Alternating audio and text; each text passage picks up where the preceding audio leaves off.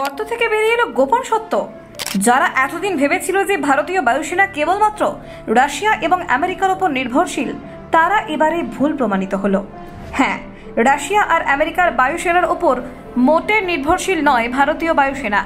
আর এই দাবি ভারত নিজে করেনি, এই দাবি করেছে চীনের পড়শি দেশ।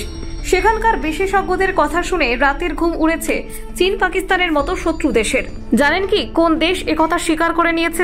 দেখুন, প্রতিরক্ষা সক্ষমতা বৃদ্ধির জন্য ভারত কেবল বিদেশ থেকে অস্ত্র এবং জেট কিনছে না, বরং দেশীয় যুদ্ধ বিমান কর্মসূচির ওপরেও জোর দিচ্ছে। সম্প্রতি অনেক আলোচনা হয়েছে যে ভারত আমেরিকার F-35 লাইটনিং 2 এবং রাশিয়ার Su-57E এর মতো পঞ্চম প্রজন্মের স্টিলথ যুদ্ধ বিমান কিনতে পারে। কিন্তু তাইওয়ানের একজন প্রতিরক্ষা বিশেষজ্ঞ এই জল্পনা কল্পনার অবসান ঘটিয়ে বলেছেন যে ভারত কেবলমাত্র দেশীয় যুদ্ধ বিমানের ওপরেই মনোনিবেশ করবে এবং রাশিয়া ও আমেরিকার ওপর নির্ভরতা কমাবে। ন্যাশনাল চুং হসিং বিশ্ববিদ্যালয়ের গ্র্যাজুয়েট ইনস্টিটিউট অফ ইন্টারন্যাশনাল পলিটিক্সের অধ্যাপক মুমিন সেন ভারতের প্রতিরক্ষা কৌশল সম্পর্কে মন্তব্য করেছেন। তিনি বলেন যে ভারতের মনোযোগ তার অ্যাডভান্সড মিডিয়াম কমব্যাট এয়ারক্রাফট এবং তেজস ফাইটার জেট সম্পর্কিত কর্মসূচির ওপর। তাইওয়ানের বিশেষজ্ঞের বক্তব্য থেকে স্পষ্ট যে ভারত আত্মনির্ভরতা বৃদ্ধির ওপর মনোযোগ দিচ্ছে। যদিও রাশিয়া এবং আমেরিকার সাথে ভারতের ভালো প্রতিরক্ষা সম্পর্ক রয়েছে, তবুও তারা নিজস্ব উন্নয়নকে অগ্রাধিকার দেবে। AMCA হলো ভারতের প্রথম দেশীয় পঞ্চম প্রজন্মের স্টিলথ ফাইটার জেট। এটি অ্যারোনটিক্যাল ডেভেলপমেন্ট এজেন্সি এবং প্রতিরক্ষা গবেষণা ও উন্নয়ন সংস্থা DRDO দ্বারা তৈরি করা হচ্ছে। AMCA 27 টন ওজনের একটি বহুমুখী স্টিলথ ফাইটার হতে পারে। কিছু রিপোর্টে দাবি করা হয়েছে যে AMCA এর প্রোটোটাইপ 2026-27 সালের মধ্যে প্রস্তুত হতে পারে। প্রথম উড্ডয়ন 2028 সালে হবে এবং এটি 2035 সালের মধ্যে IAF এ অন্তর্ভুক্ত করা হতে পারে।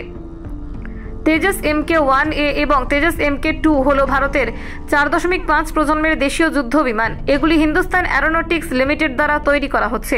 73টি তেজস MK-1A বিমান এবং 108টি তেজস MK-2 বিমানের প্রথম ব্যাচ 2040 সালের মধ্যেই সরবরাহ করা হতে পারে।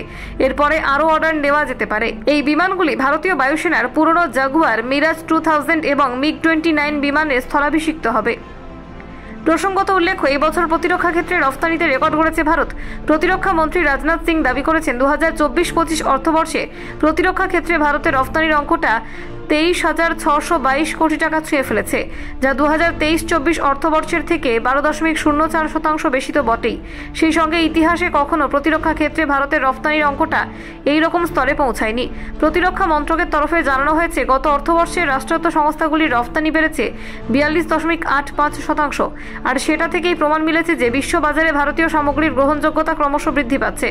সেই সঙ্গে বিশ্বের অন্যান্য প্রতিরক্ষা সরঞ্জাম রফতানির দেশগুলির সঙ্গে ভারত যে কাঁধে কাঁধ মিলিয়ে লড়ছে সেটারও প্রমাণ মিলেছে বলে প্রতিরক্ষা মন্ত্রকের তরফে দাবি করা হয়েছে। রাজনাথ সিং দাবি করেছেন 2029 সালের মধ্যে প্রতিরক্ষা ক্ষেত্রে রফতানির অঙ্কটা 50,000 কোটি টাকায় নিয়ে যাওয়ার লক্ষ্যমাত্রা নেওয়া হয়েছে। 2023-24 অর্থবর্ষে ভারতের রফতানির অঙ্কটা ছিল 21,038 কোটি টাকা। সেই সঙ্গে উল্লেখযোগ্য সাফল্যের জন্য ভারতের প্রতিরক্ষা ক্ষেত্রে রফতানির সঙ্গে যুক্ত সব পক্ষের পিঠ চাপড়ে দিয়েছেন রাজনাথ। আর সেই রেকর্ড তৈরির বিষয়টিকে গর্বের মাইলস্টোন হিসেবে অভিহিত করেছেন ভারতের প্রধানমন্ত্রী নরেন্দ্র মোদী।